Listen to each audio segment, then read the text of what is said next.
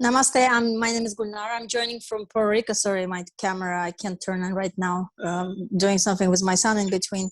So I'm from Puerto Rico. Oh, lovely. Welcome. Thank you. And Devmala. Hi, I'm Diksha. Can you hear me? Yes. Hi, Diksha. Great to see you. Hi, same here. I'm in Las Vegas. I'm a currently AWC student at Kerala Ayurveda. Yeah, this is my first meeting joining. Lovely. Okay. Lovely. Welcome to Ayurveda. Thank you. Thank you. And Bhakti, with Costa Rica, there is so much to do there. I visited Costa Rica and I saw the richness of the plants there. It's amazing, and it's not being used culturally. So you should really look into that and write down the Ayurvedic properties of the plants there. There's a lot of similarity in the vegetation in India and Costa Rica.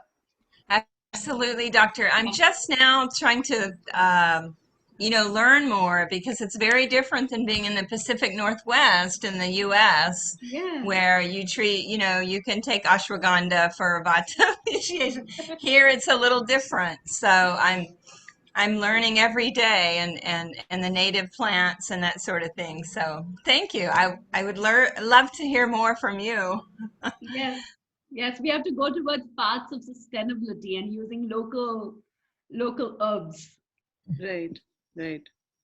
Wonderful. Hi, Dr. Hema. Welcome to see you. Good to see you. Hi, Dr. Nami. Namaste. How are you? Good.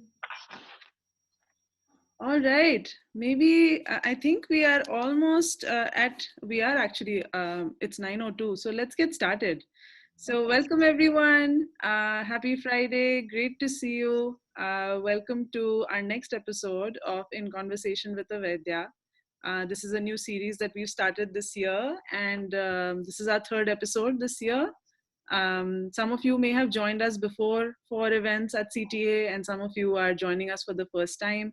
So I just want to introduce you to CTA.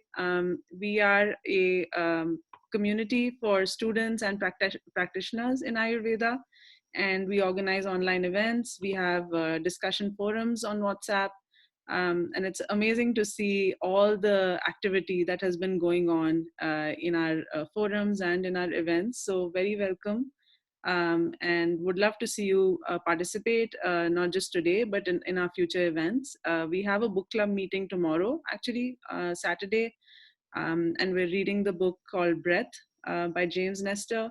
And then we have on the last Friday of the month, we do a community hours event where it's a free flow meeting where we talk about a certain topic of relevance, but it's an opportunity for members to actually talk to each other and connect with each other. So hope to see you at some of these events that are upcoming. And we'll shift gears now and talk to Dr. Nami for our episode today. So very, very excited to do this interview, Dr. Nami. We, as you rightly said, this interview is really about getting to know Vaidyas. And while, in the classroom, we study about the academic text, we learn about the theory, but this interview really focuses on some of the day-to-day aspects of being a Vaidya and how you think about your practice, how you like to work with Rogis, how you think about Ayurveda for you personally as well as professionally. So without much further ado, should we get started? Absolutely. Awesome. Okay. All right. So first question, Dr. Nami, is, you've been practicing for a while. You've practiced in India, and then you moved to US, and you are now practicing here. You're teaching here. You're also a mom. I've seen your lovely daughter. So I guess I would love to hear from you how you think about your practice now, as where you stand currently. What kind of Rogis do you see? Do you have a specialty? Tell us about your practice. Well, I do see a very wide range of Rogis. And although I have really been a proponent that, not every Vaidya should be treating all diseases, right? We need to have specialties and we need to have a focus. And the focus really teaches us so much more about the human biology, about understanding what it means to be a rogi, understanding the context of his life, and then giving your advice on the basis of that understanding. Because it is not like, okay, it's something that needs to be done. It can be written down in the text, but implementation is a whole new dimension. And that is the part that Ayurveda always talked about in principle, that we have to, as Vaidyas, be Atmasat with the Rogi. That your Atma and it has to be a soul to soul connect that you establish, and then you steer the individual towards health, you know. And I feel that being a normal lowly mortal, right? We are not rishis, and we don't have those kind of complete spiritual freedom that they operated from, you know. We are very much a part of this world. I find that the energies need to be channelized much better, for sure. And that is something that I hope that we are able to grow the community towards, and train the community, and also train the people to expect something from the Vaidya. Mm-hmm. Right now, the people have some expectations for what a Vaidya can do and cannot do. So I get some calls sometimes saying that, hey, do you do the Nadi? Then only with the Nadi you will be able to do it. Now I'm very good with the Nadi, but I never try to project the Nadi with as the biggest strength I have. Right. Because Nadi has been a part of a toolkit that has been provided. Yeah, but it's become like a marketing gimmick, I feel, right? It's a marketing gimmick, and the purpose goes out, you know, the purpose of Ayurveda is dissolved in that, because you try to say that, hey, come to me, I have all the answers, and, you know, I have this magical wand. And that is not the message that we want to get people to go towards. Right. So that's that. But of course, I've been trained in MD internal medicine. So I do, it's like Kaya Chikitsa. So I treat all the systemic diseases per se. And my mentors, they were women's health and children's specialists.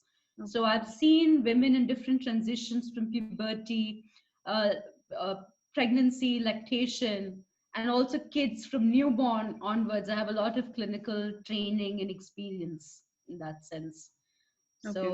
Okay. So in, like, typically you're seeing a wide variety of different, conditions, but especially I think in practicing here in the West, what are some conditions that you see over and over that people are coming to you for?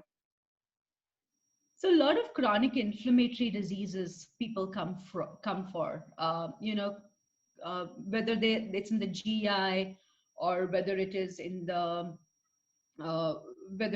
respiratory system, whether it is musculoskeletal health, chronic degenerative inflammatory conditions, and also a lot of acute episodes. You know, people, migraines, for some reason, I have really nailed it down to a science, I think. Very wide manifestations of migraine. I'm doing different things and I'm getting great results of late, right? So the last 6-7 months, I'm like, ooh, I think I'm a migraine specialist. And migraine also has so many different manifestations. When you apply the Ayurvedic thinking for it, you're able to get it. Right. So headaches, also women's health issues, with menorrhagia, or the menopausal transition, and sleep and anxiety issues. I'm seeing a lot of those. And indigestion, people don't come to me directly for indigestion, but indigestion is truly, definitely the fundamental basis that really drives drives so many issues. And people don't even know that they're supposed to correct it. That they just think that, oh, I have this problem, but this gut, I don't pass stool for 6-7 days or 4-5 days. So, and that's a side complaint. Yeah, that's not, they don't, yeah, you're right. I think people don't consider that to be like something that's a deal breaker, right? Something that they need to go fix. Yeah, But a migraine is a deal breaker because it's debilitating. Like you cannot work, you cannot function, right? So, yeah. But Shruti, you will be surprised that there is a physician who comes to me. She did not mention she has migraine to me. She came for something else. And she was like, then 2-3 months later, initial symptoms resolved. And then she did not tell me about this. And still there was, a lot of instability. And then she told me that she also has migraines. Oh, by the way, I have migraines almost like 3 days in a week or 4 days in a week. So I said, why didn't you tell me? She's like, oh, you're supposed to live with it, right? Like you're just supposed to live with it. Because the expectation is that, okay, you go to a doctor, you have a diagnosis, and you either get a pill or you live with it. Yeah. So that's the expectation. And that expectation of the public, we need to change. That some things are not acceptable and they can be fixed.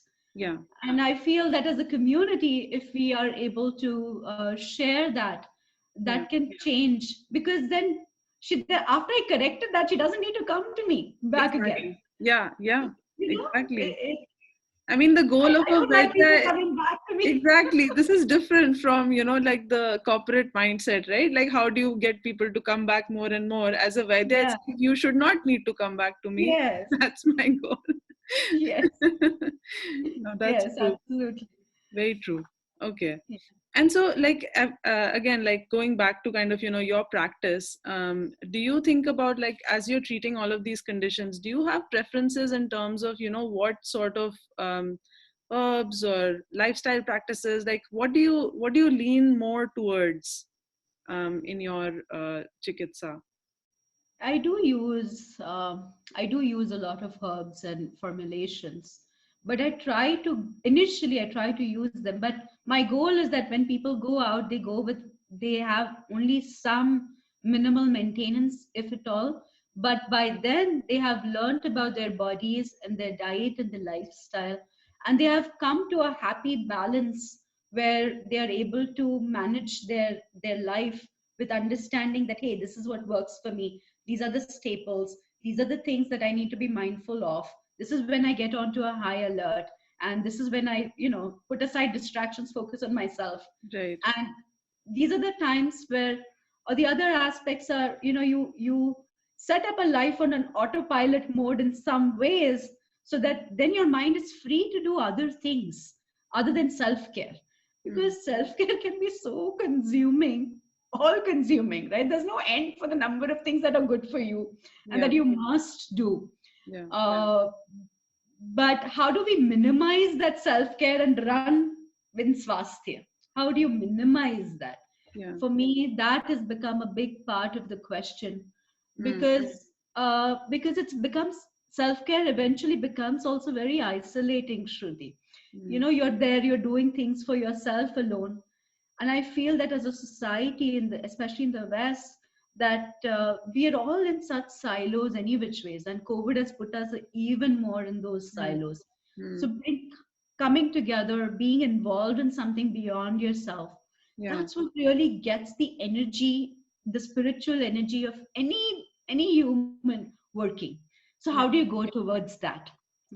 That is my focus.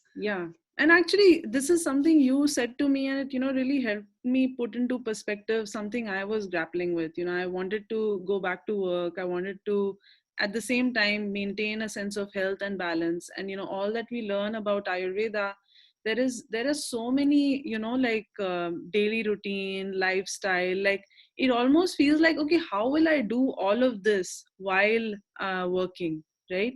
So, and you said to me that, the goal of all these practices is to free us, is not to actually chain us down, not to bind us down.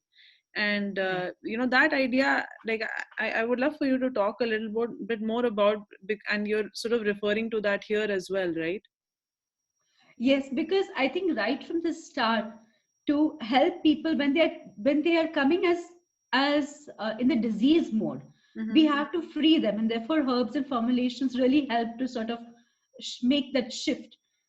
And then comes to the education part, and then guiding people to come to this side eventually. If there is an opportunity, if there is a receptivity, then it's something that helps uh, a sustained practice. And Ayurveda is truly not about actually knowing all the guna karma virya of everything, or for it's not for everyone to learn that, but they can develop their mind space to be more aware, to be more receptive, to question, to observe. And that mind space, if we are in that's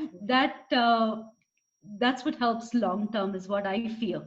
Otherwise it becomes another, you're creating a clinic which is another, oh, I'm not giving you chemical stuff, I'm giving you natural stuff. And this is a prescription, is a natural prescription. Right. No, very true. And I guess the other thing that I think is very unique also about your practice is the focus on integrative medicine, right? So maybe talk to us a bit more about that. How does Ayurveda and integrative medicine, how do you think about that? Yeah, I think I got into the integrative aspects in 2008. That was really my initial journey. I got into Ayurveda in 2000. I started practicing, learning from a Vaidya in the year 2000. I think I do need to tell you a little bit of the background for that, so that it resonates.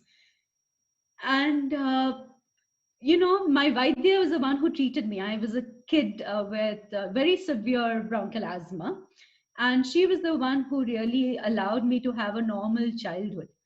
And she taught me so openly. She had a thriving practice. She would teach me Nadi on the patients who were coming right from day one. And from the first year of Ayurveda itself, I started seeing patients, started advising. I lived and I grew up in the city of Mumbai, where there were, in my apartment complex, there were a lot of people who lived together like a nice, happy, big family. And they all used to come, and they used to get their friends and their family. And by the time I graduated, I had like a full-blown, so many people who I was treating. And then I started thinking that what is all of this? How do these herbs work? Because I'm actually trained in the Western education until I got into Ayurveda. I said, what is it doing to the liver, and what signals are changing, and how do we test that? So that's what got me into science and research. And I met my next mentor, who was a clinical pharmacologist who hailed from a family of Vaidyas, and he had studied at Yale University, and he was running clinical trials using the entire modern medicine machinery to study herbs with Vaidyas. So it was fantastic, and he also, I was so blessed to have people who taught me so freely and gave of themselves to me. And with him, I understood how these herbs, the intricacies of where it works, where it does not work. So when you study from a pharmacology perspective, you understand the drug targets, you understand the disease mechanisms, you know what is working where. So I studied that for diverse conditions in depth, from fevers and infective diseases to chronic inflammatory to degenerative to a lot of diseases. What's the landscape? How are they thinking? What are the designs? What are the tools? How do you study effect? What are biological effects? And how do you measure biological effects? Then I understood the fundamental working of that. Then I got into practice. When I got into practice, when I did my MD Ayurveda, I chose to work on Parkinson's disease patients. Now, I was like, I was very excited to apply all of this to Parkinson's disease. And then I've done a little talk about how I approached Parkinson's disease with the integrative mindset, how I learned about the problem statement, how I broke it down, and how I started to understand where Ayurveda can have a role. And I evolved a small scope of Ayurveda's role, which I did in my presentation, in my dissertation. Now, while I did all of this, I realized that, hey, I'm in a disease management mode. And in Vaidyas in India are in a disease management mode because we have been trained that, hey, we are also good. We can also treat. So all our life goes in that, in that juggle and,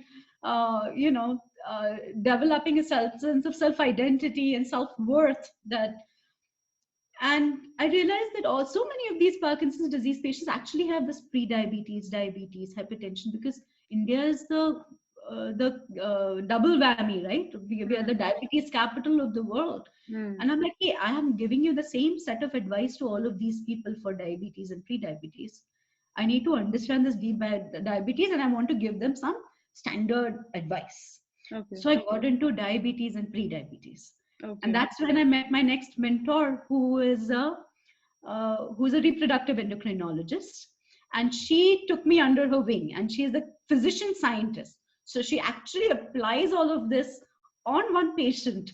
And how she did that, she showed me, and we developed a program for Steps to Swasthya for pre-diabetes. With the entire, and then we brought in a nutritionist, a physical therapist, a yoga therapist, and we had the allied doctors. And I was the anchor of the program. So I would decide who needed to be steered towards which. Right. So that is the integrative landscape that really developed with the understanding that, okay, from disease, you get into prevention, and from prevention, then you get into health. And what are the modus operandi for health from an Ayurvedic perspective? What is truly needed in a context of actual living? What are the elements that can become core processes, and which are the ones which need to be fine-tuned and handheld? What is individual specific? What is community specific? So all of those thought processes, when you weave in, that's what's going to develop integration of Ayurveda from the disease prevention and promotion of health perspectives. Right. Makes sense. Okay. So I just want to open up briefly for any questions that the participants may have about your practice before we might move on to the next section. So please put your questions in the chat and we can take them while we just quickly talk about one last aspect around really your practice, which is you said that you use herbs, right? So is there, when you think about custom formulations versus classical formulations, how do you kind of think about that? And do you sort of try to use more local herbs, which can be sourced locally? Any thoughts around that? So I'm guilty of falling back on the traditional formulations that have been designed. And it's beautiful for the way in which they are, designed, put together, ideated. And I know them very well. So I definitely have been using more of the traditional formulations, but I also use custom herb blends quite a lot, which also currently are more sourced from India. My approach for my attempts to use more local have been restricted to more spices and some of the dandelion roots and licorice and all of that which is available here. Well, licorice is also not from here, but some herbs, but a lot of spices that come. So I've been trying to steer my practice back again to using more and more spices. Right. And local herbs, my understanding of that problem is that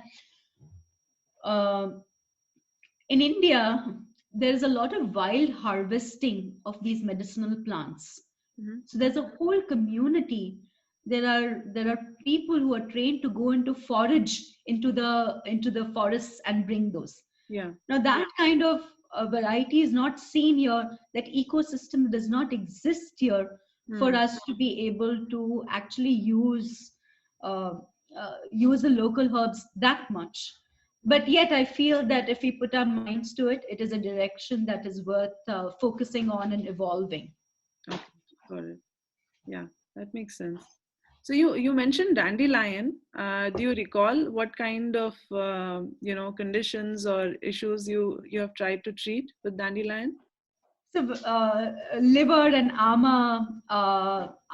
armor resolution, because it's a nice bitter herb. Yeah. And it helps to cleanse. So I use it in the cleansing phase quite a lot. And cleansing in Ayurveda, of course, we all know is not the same as the cleansing routines that are popular. But yes, right. Because it has the bitter pachana properties, right. And it is not pitta aggravator. So I really do like these plants which do pachana but are not pitta aggravators. They are my personal favorites because you have to use them for so many people initially, right? And I can use it more freely without aggravating the heat in the system. So okay, yes. Although there has to be that you have to be careful with the vata aggravation in that condition. So someone with sama vata, you don't want to use it standalone. You want to blend it with something else. Okay, got it.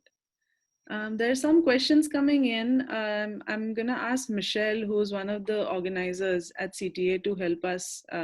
Maybe Michelle, do you mind maybe sharing some of the questions with Sure. The first one is from Anu.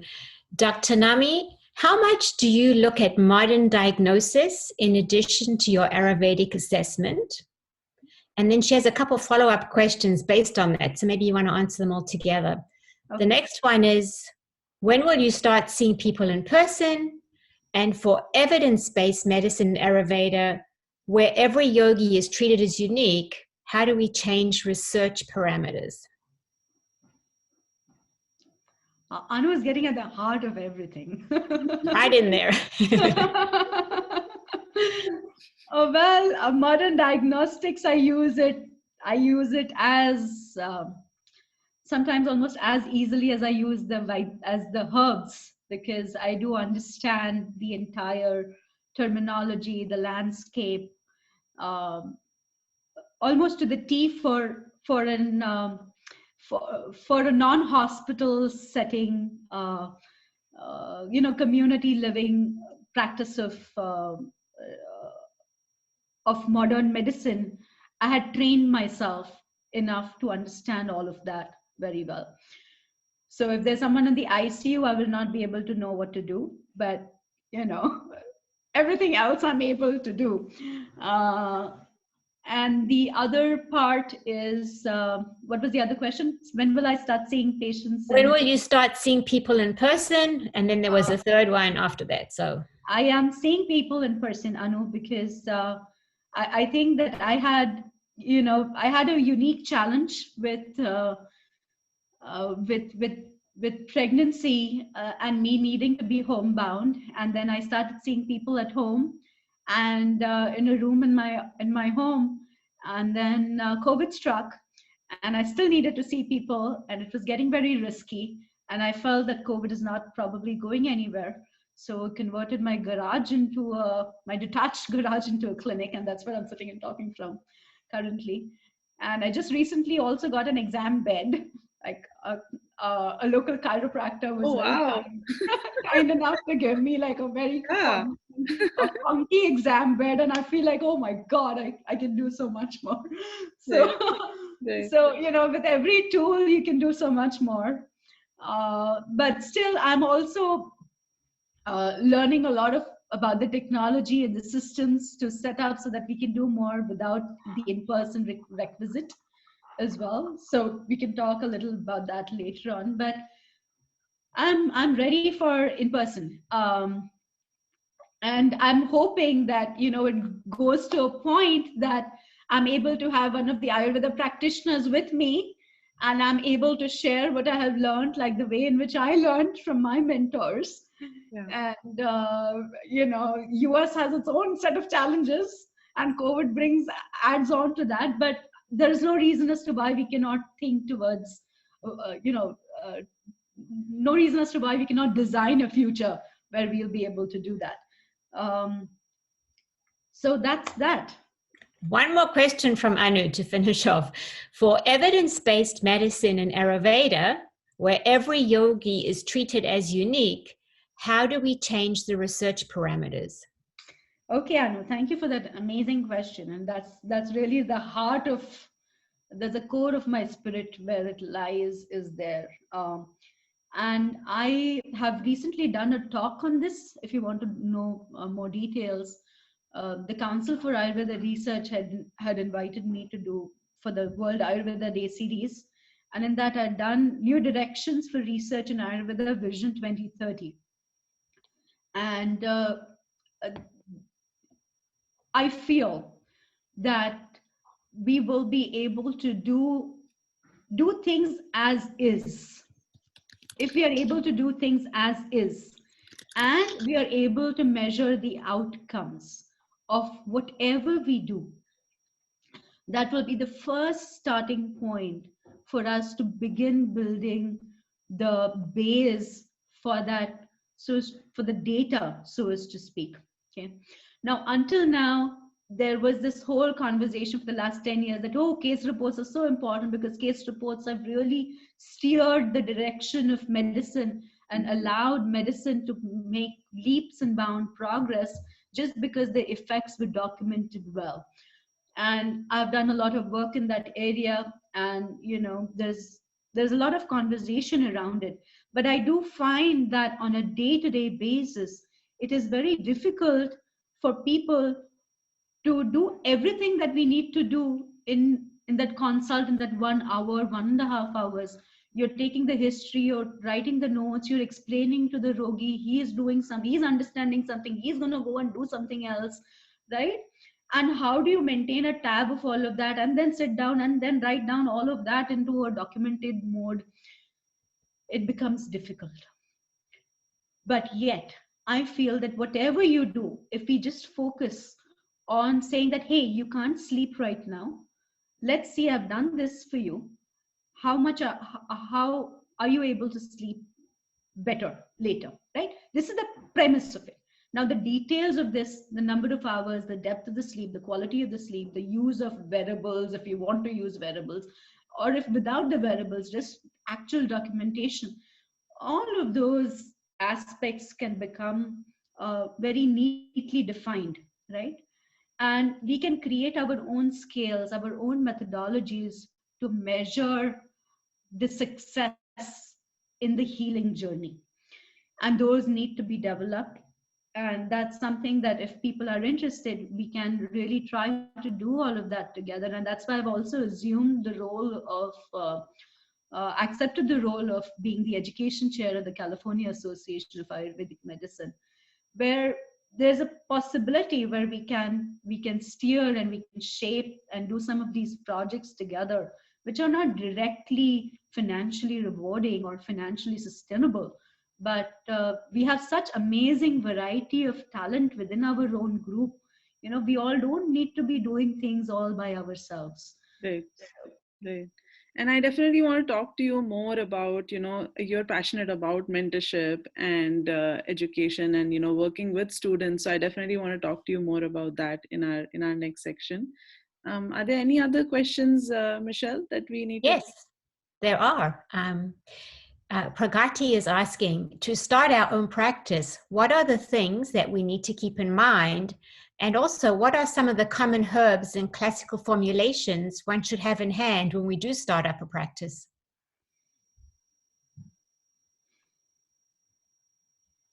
Okay. So Pragati, where are you? Are you an AWC or AWP? Can you remind me?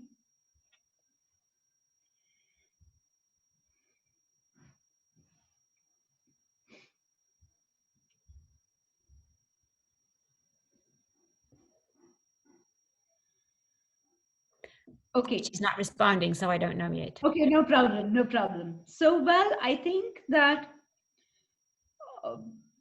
if you are I'm assuming that you are in an AWP mode because you're trying to start off a practice, right? Because AWC, you're really trying to do more self-care and you're learning the fundamentals for your friends and family. And when you're at a practice mode, I feel that it depends on where you are coming to Ayurveda from. So whether you are already a health practitioner of some sorts, or you have no other health training. So if you're actually having an initial trickle, if you're a yoga therapist or if you are a massage therapist, your orientation of the practice is going to be different. But I'm assuming that you are none of that, and you are just come to be a health practitioner. Then you want to start off with truly understanding all of uh, the herbs and the spices and using them in the Ayurvedic way. I really feel that even at the AWP mode, people are not aware that much about the strength of the herbs and spices. Everyone gets distracted and tries to learn about all complex herbs before they even know what they actually have with them, which is close by. Understanding the bioenergetics of, like, when you smell the rosemary, or when you smell oregano, or when you smell ajwain, or when you're using haldi, your relationship with when you're going to use those spices, it has to be very rock solid before you try to go on and add complex herbs that are not easily available. And the complex herbs that are easily available, complex as in the herbs, okay, they're generally regarded as safe herbs. There's a list of that, right? And I think we had made that at Kerala, but some of the herbs that come at the top of my hat are, of course, guduchi, brahmi, ashwagandha, yashti madhu, pipli, pipli mula. Pipli mula is something that's not very commonly, I don't see people using it as much as it should. So, there's a whole list of that, and I can really put my mind to it and create a much Actually, better. I would like to also direct Pragati to some of these resources that have actually been shared in some of our discussion forums. Okay. So I would also suggest maybe asking there and finding those as well. Yeah, because it requires a little more thought and a detailed thought to note it down. But herbs and spices would be my first focus to take away. And creating, like the CCF-tea. When you're making the CCF-tea, everybody knows that. But for some people, you give only a jeera tea. Some people, you give only a coriander tea. Some people, you add some dry ginger to it. Which people you will add what to? Do you know? How are you going to make a funky, customized drink with the spices that you ask someone to take for 4 to 6 weeks and you expect certain results? If you know Ayurveda that much, then you will be set for a lifelong journey without getting swayed. Right. Okay. Right. All right. So let's move on. So Dr. Nami, mentorship is something we've talked off and on about. We have this amazing community of students who are finishing up the AWC, AWP in US, but are not getting clinical exposure, right? How are you thinking about, working with students? You've yourself had some amazing mentors. So I imagine that, you are also thinking about how can I pay it forward and how can I work with students? So I would love to hear from you about that. Yes, I'll tell you. I'll just sip some water, okay? Sure. Okay. So yeah, I think it's important for the community and for the profession to do that. And I don't have direct answers as yet, but I really have been scratching my head, and I've made some progress as well. I think, Shruti, you really sensitized me to the needs of the community. I mean, I was completely unaware before joining CTA and the group. And that's also, again, one of the reasons as to why I accepted the position at CAM, because CAM is trying to do exactly that. It's trying to support the community after they graduate out. And it's an amazing group of very passionate women who are trying to do just this, supporting people to set up their practice and also provide maybe mentorship. Now, there are there are some legal challenges in having somebody, like for me in my practice, right? If I will have someone come in and they want to share with me, there are legal and privacy aspects that need to be considered. There are time and scheduling aspects that need to be considered, and there is also a significant amount of time investment that goes to actually handhold somebody to train them to become practitioners. So it is not as straightforward as it seems that, hey, you can just go and you can sit. Like how we did in our clinics in India, there was a practice that was running. The whole thing is established. And you go in there and you just pick up some aspects of the clinical care. So sometimes you'll go and work in the apothecary, or you'll go and work with the Vaidya, and you become the initial assistant for them. And I would do that and take care of some of the common aspects and just share those which I know, which are part of what my Vaidya would normally tell them. And then after the Vaidya will write the plan, we'll be there to actually help them understand how they're supposed to take it, answer any other questions and all of that. So it worked in a nice symbiotic mode. Okay. Here we can do it. We have to just create the possibility of doing that. You know, because that is the ideal model to do it also, to learn it symbiotically. Now for that, there are, I have really explored and researched quite a lot, and I have arrived at an amazing practice management solution. Okay, that I'm shifting my practice on to currently, such that people are able to continue their health journey, come on board, continue their health journey regardless of an appointment, so-called appointment with me, where I'm able to see and monitor if they're able to raise a signal. I can give them something, or I can then bring them in if they need to be reassessed, right? That's from a Rogi perspective. Yes. Now on this platform, I can add one more care. I can add a team member as a care team member.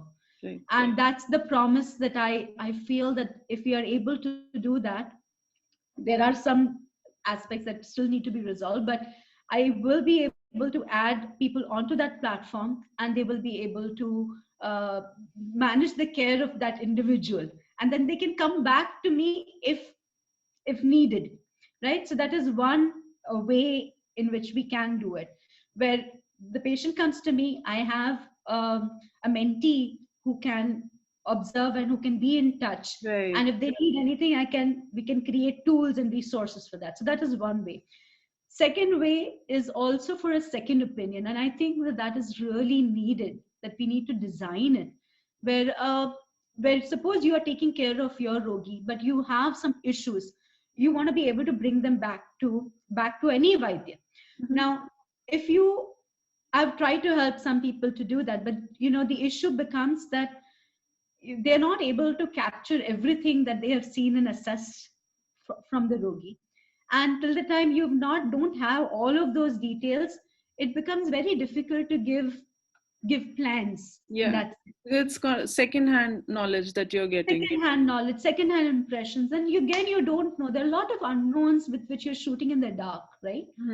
So it might make sense for us to do second opinion mentorship, where they actually come in for a one-time appointment with the Rogi and the mentee, and they can come and then they can go. So that is the second. That's the second mode. There was a third thing also that I thought about, but I think these are the two initial aspects that I'm trying to make myself available to help the community with. Got it. And what was the platform that you were talking about? It's called Healthy. Okay.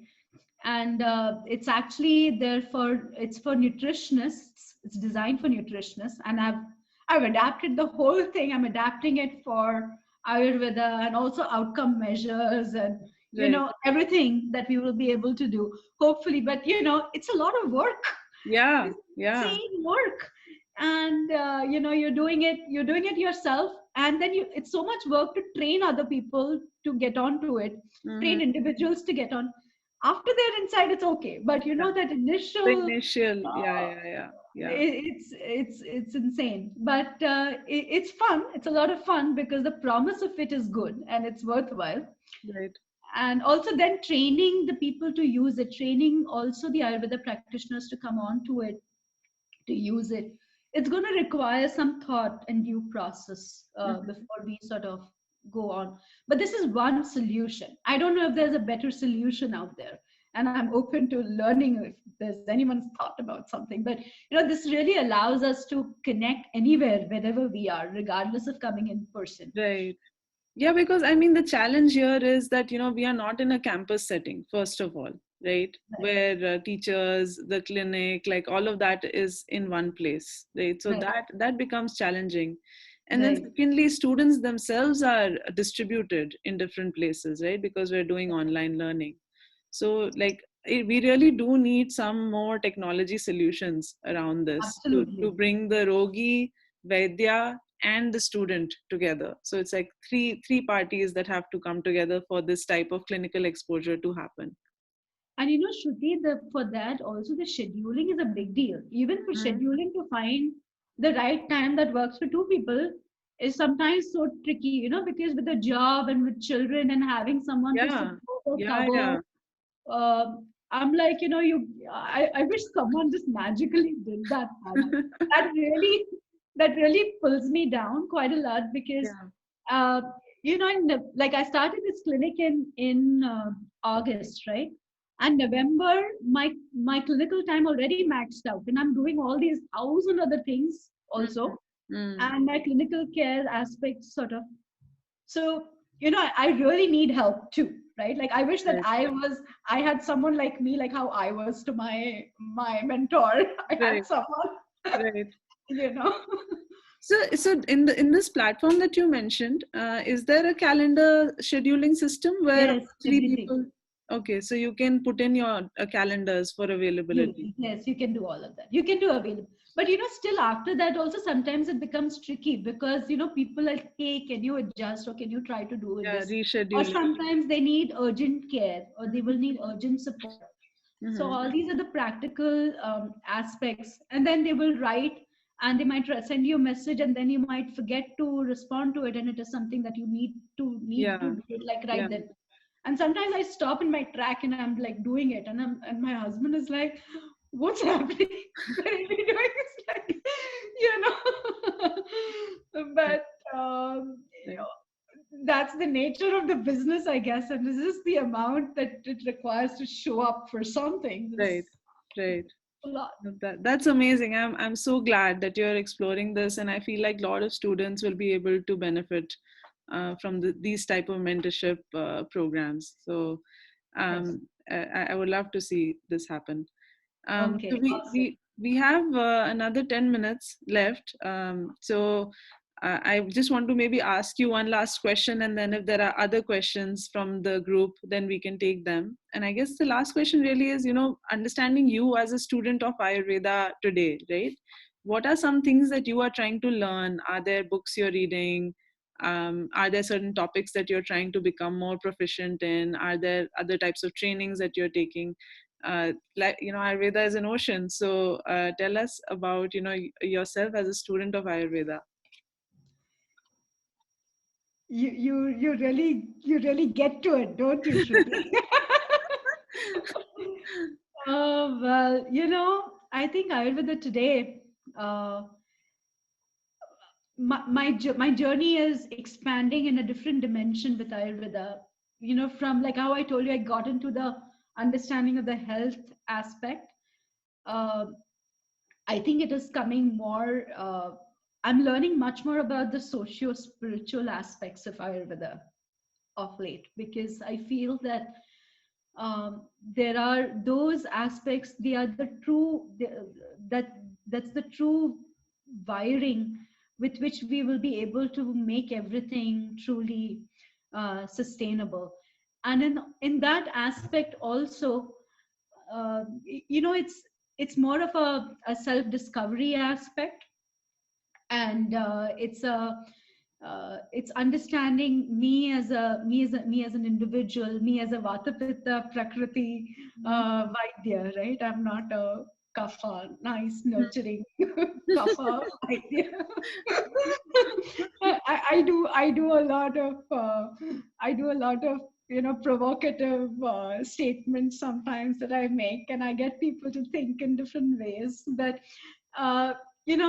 that nature of mine also, and how understanding which parts are truly the physical aspects, which are the mental aspects, which are truly my spirit, and combining that with yoga and the mind, and where do Ayurveda and yoga meet in the mind, and what is the nature of the mind. Those are the aspects that I have learned about, that I have read about, but I am truly in the mode uh, of implementing it on myself, and I and becoming better. And that's the question that I ask myself 2 or 3 times in a day, but I observe, and I'm trying to be more grounded, and I'm trying to get there.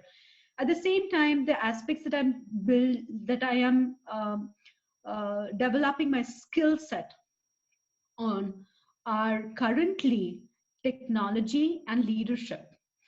And I have been really following the work of Adam Grant, Brené Brown, and Susan Davis. They really speak to me, because the emotional aspects of our experience, what really drives our behaviors, what changes our behaviors, understanding behavioral sciences is uh, is a space I'm working on very actively currently. Right. I would like to go into the actual hardcore aspects of Ayurveda also. Right. And I want to go back and read the sutras and all of that. But I feel that, we can connect the sutras with this real world application currently. Yeah. No, I'm a big fan of Brené Brown as well. So that was good to hear. Yeah. And it's so important, because Brené allows me to be myself, right? Because I don't have to be like this perfect Vaidya who has all the answers. I'm not. Yeah. And I don't want to project that image, right? I am as vulnerable and as human as all of us. And I don't want to give that up to become God. Like, I love the human experience, and I really value it. Yeah. So, yeah. So there's one question, I guess, which is also I asked you, like, what are there books? So what Ayurvedic books would you recommend to make Ayurvedic formulations? So Ayurvedic formulations are like a kaleidoscope, right? Like, how with the same ingredients you can make so many patterns, no? In a kaleidoscope with the same. Similarly, even with all the core herbs, we can do that.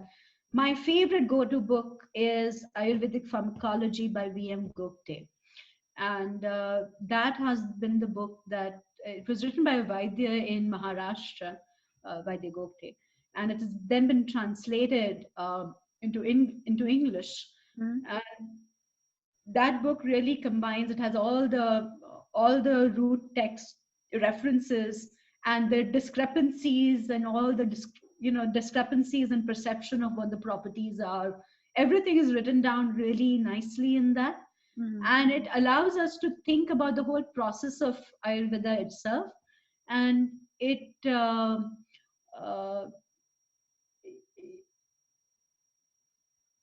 using that with the understanding the guna karma, the dravya guna karma, when you have it as a part of you, when those herbs are not external, those externals become a part of you, you're able to then design formulations.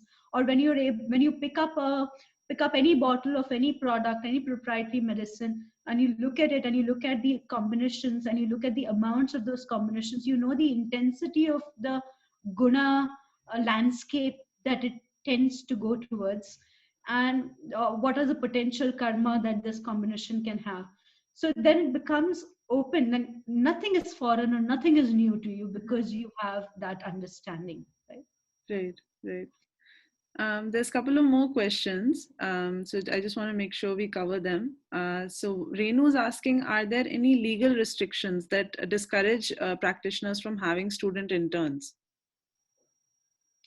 Legal, well, I have to understand those aspects a little bit more in terms of, I know that we will have to inform the rogis that we are having some people learning on them.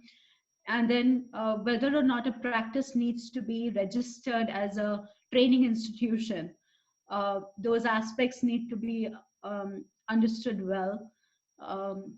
And essentially these two, right? And then actually framing the program and actually saying that, hey, I'm going to give it to you as a CEU, like a continuing education unit, and then, you know, I can give you credits for coming to learn with me, and those you can use at NAMA or you can use at CAM or wherever. So all of those aspects need to be established. So it's not just about establishing the practice and the back end of it and the promotional aspects, but then to grow it towards that, and then ensuring that things are sustainable. Because right now, today, frankly, there are so many tools, so many tools and so many aspects of running this business. Even if you're not really a for-profit business, you have to be professional, and just the amount of effort needed to open any account and maintain that account is enormous. It's enormous. So Great. So I would love to have help for that, and if anyone wants to help me in any way to get the ship off the ground, I'm open for that. That's awesome. Yeah, I'm sure there are people in our community who would love to help you, who would love to learn from you. So I hope that you get a lot of interest in terms of, you know, really helping you, volunteers, student volunteers. So that would be great.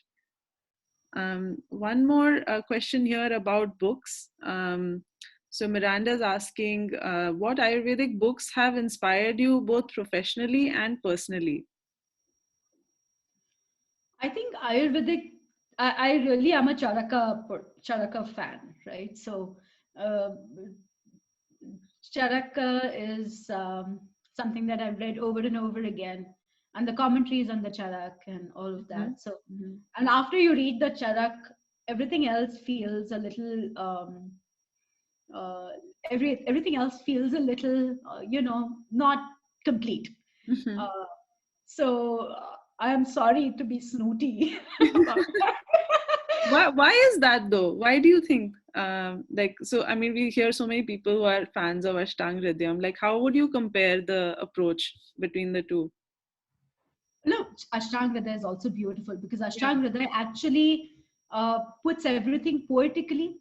You know, Charak did not do a very good job in, you know, in organizing his thoughts.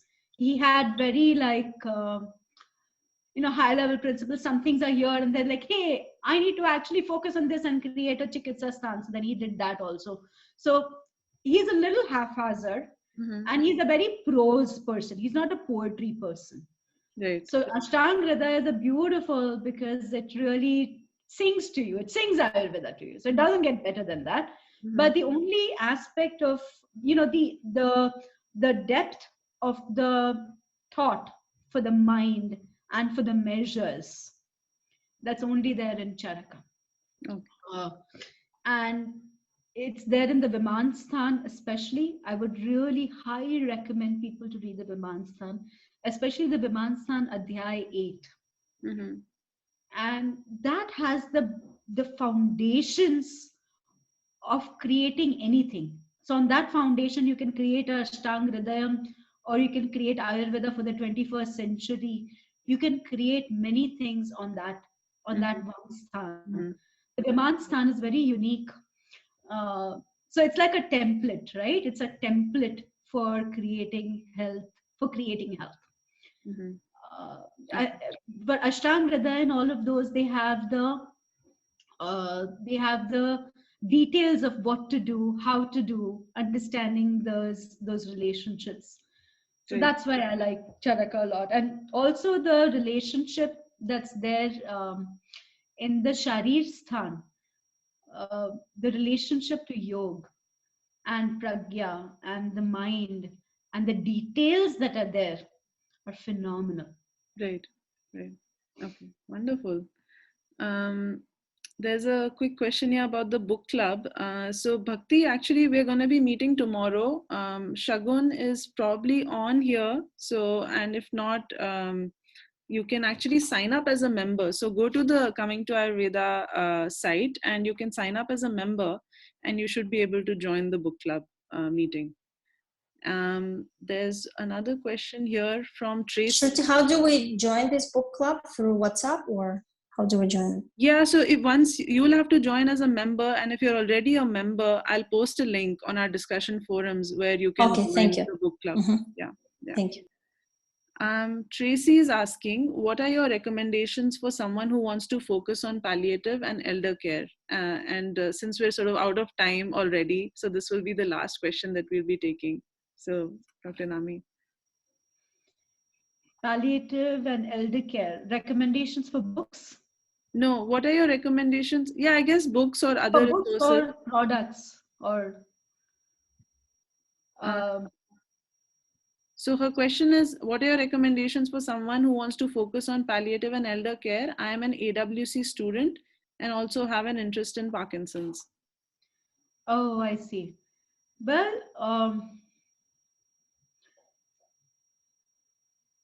it's a complex question, and I would ideally like to take it offline. But I think that space, we need to understand caregivers, and this is one dimension that I want to just share with the community and then call off and call it a day.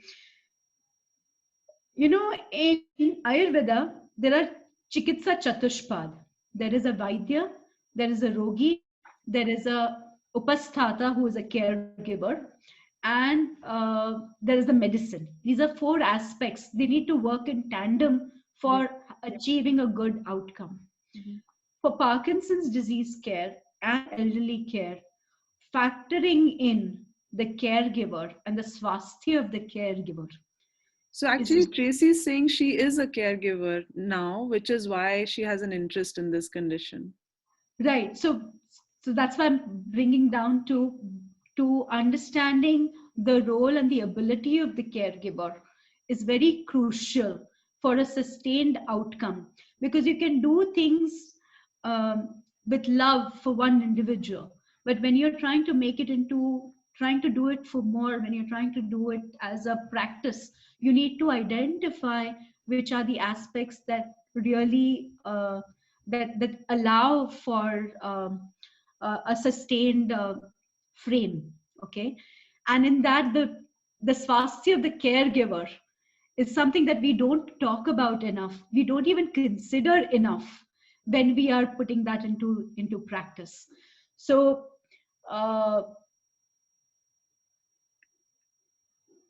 learning about that, and then implementing what are the priorities for the health maintenance of the Rogi, and focusing on the absolute bare bone essentials for what is required for the Rogi.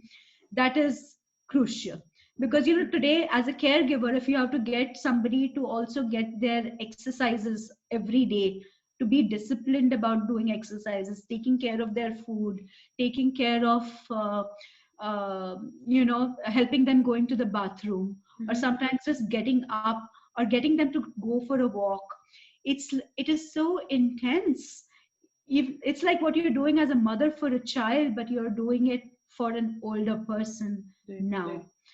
So the balance with which you set the expectations of everything, and what do you focus on, what's the most important, and that aspect of understanding from Ayurveda, I would urge you to say that, hey, is it the gut that needs focus, or is it the mind that needs focus? How am I going to organize my day to take care of this individual? those aspects need to be considered to create any frame that is effective. Right. Okay. All right, that's Okay. all we have time for today. Thank you, everyone. Thank you, Dr. Nami, and thank you, everybody, for coming today. Wonderful session. Great to see you all here, and hope to see you at one of our events either tomorrow or later this month at Community Hours, or for the next episode in April. So thank you, everyone. Have a great weekend. Bye-bye. Thank you, Shruti, for all that you do. And thank you, everyone, for coming on a Friday morning. It was fun to see all of you. Thank you. Thank you so much. Bye. Bye.